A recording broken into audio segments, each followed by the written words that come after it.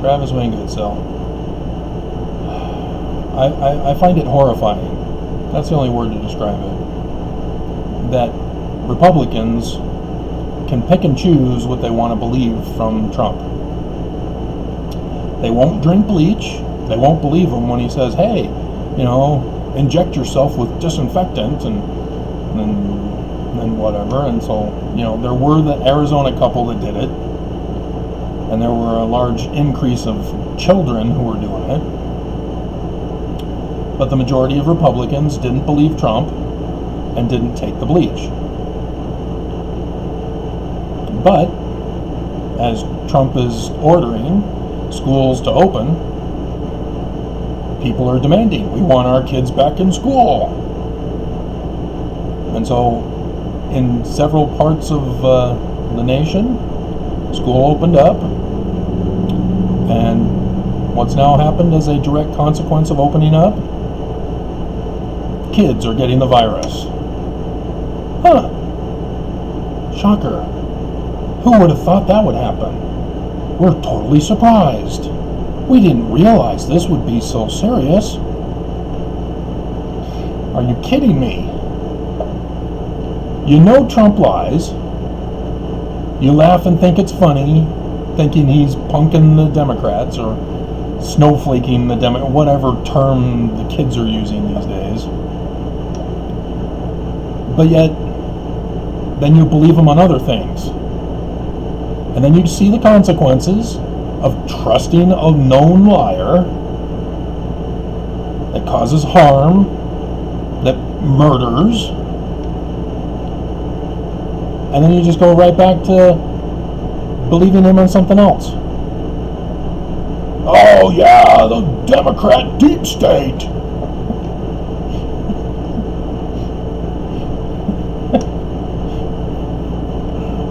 And I've been trying to tell you that it's a dichotomous con game that you're being played on, just in case you think that I'm a Democrat snowflake. I'm anti-party. I've been anti-party the whole time, since high school. When I was first allowed to vote, and I registered on my 18th birthday.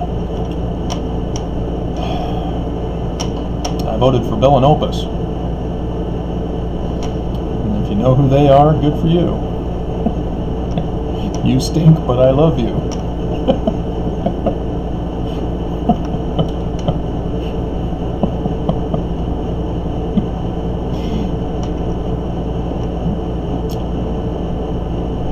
And so then we get to the church members, Mormons. 11 million were reported in 2012. Who just stopped attending church. 11 million. And it was right after the church started uploading the gospel topic videos. And as the church had done surveys to find out, well, who's viewed this gospel topic stuff we've been putting on the internet, the majority of Mormons who were surveyed came back and said, there's gospel topic essays.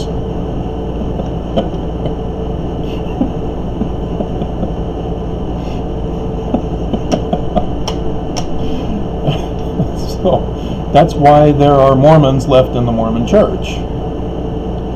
It's because Mormons, like Republicans, pick and choose what they want to listen to from the Mormon prophets.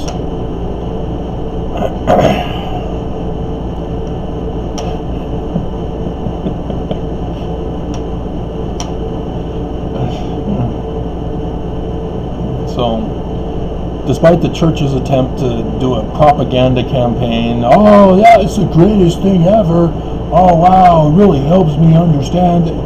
All that BS that they throw out from one person trying to deceive the rest of us, when the church knows very well all they have to do to promote it is have the president of the church get out and make an official announcement. We are posting gospel topic essays on our website. Here's a link on our website to the website link, or whatever, and that would do it. That would get the attention that they would want. They know this is all they have to do. And so when you get to the coronavirus, you have Bednar coming out after Nelson's those pre-conferences, the fasts that he tried to hold to cure coronavirus. Remember how well those went? We're still in red. After how many months now has it been? Let's see. May, June, July, August. 4 months.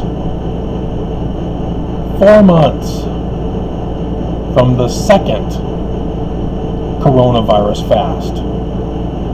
Now, how many years does it take until a fast works? Maybe Mormons didn't pray hard enough. Maybe they didn't give enough fast offerings.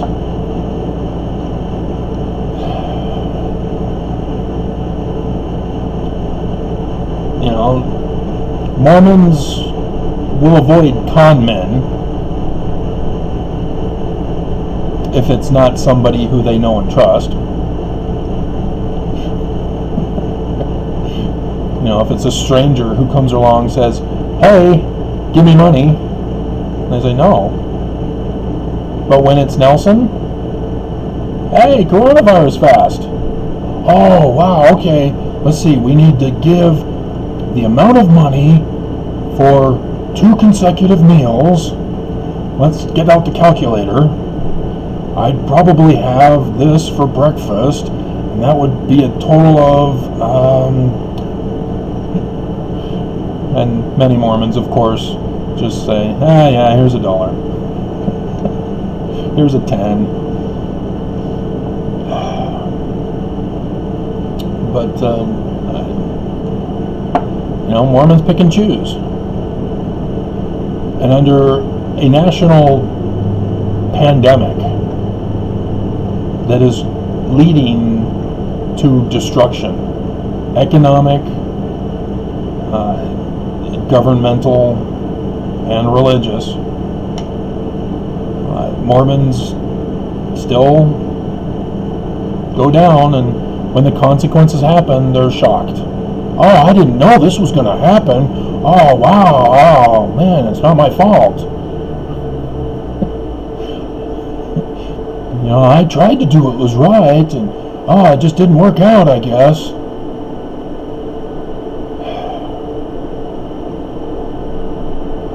That's what Herbert's pulling.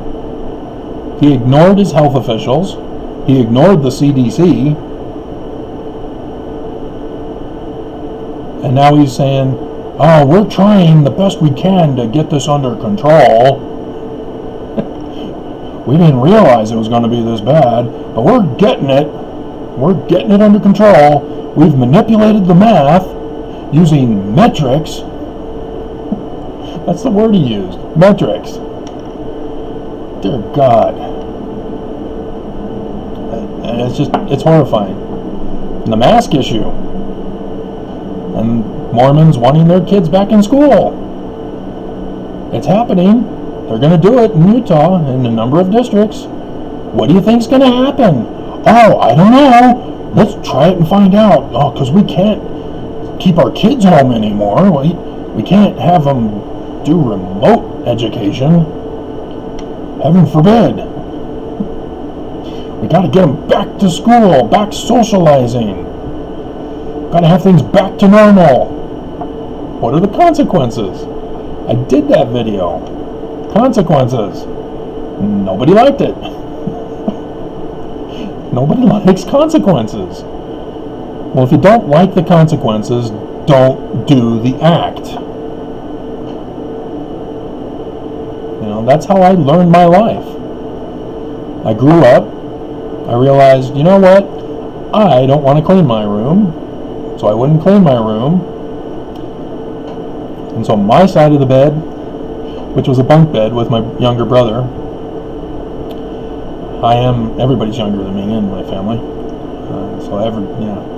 And so my side was a complete and utter disaster. My brother was the polar opposite, as his bed was neat and tidy.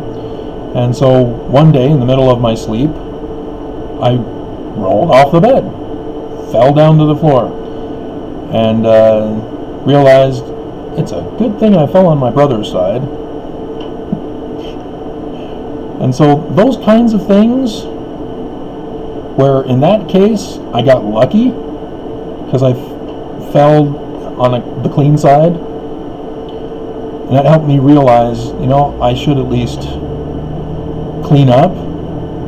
And if I don't want to have a mess to clean up, I should avoid making a mess in the first place. So with dishes, do I want to make a huge 8-course meal with tons of pots and pans and dishes galore for just me? Or maybe me and my whichever wife I had at the time and the kids? Or do I want to do something simple and quick, probably be able to stick in the microwave and then throw away afterward? My parents were under the educational theory of, you got to work. If you're making your life easy, you're a bum. You're a lazy bum. And I realized, no, that's slave talk.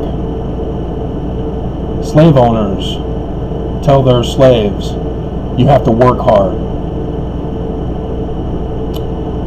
I realized that it's not about working hard, it's about working smart. And so yes, you can have an easy life.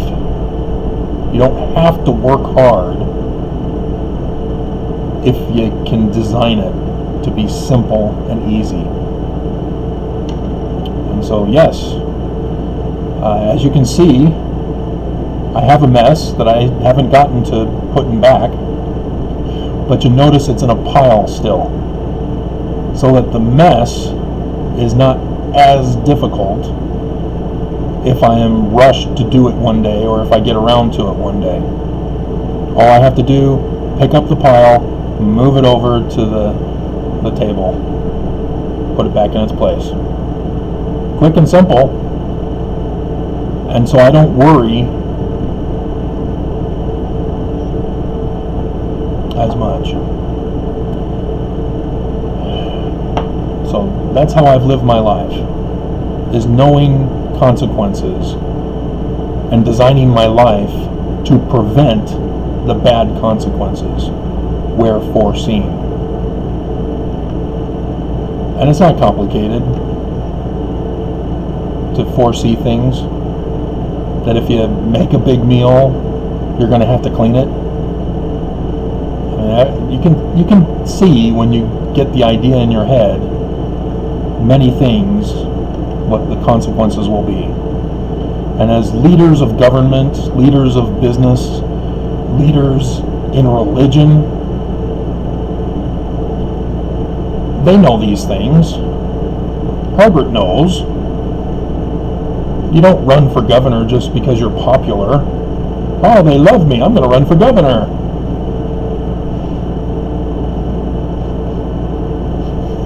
I'm smelling smoke.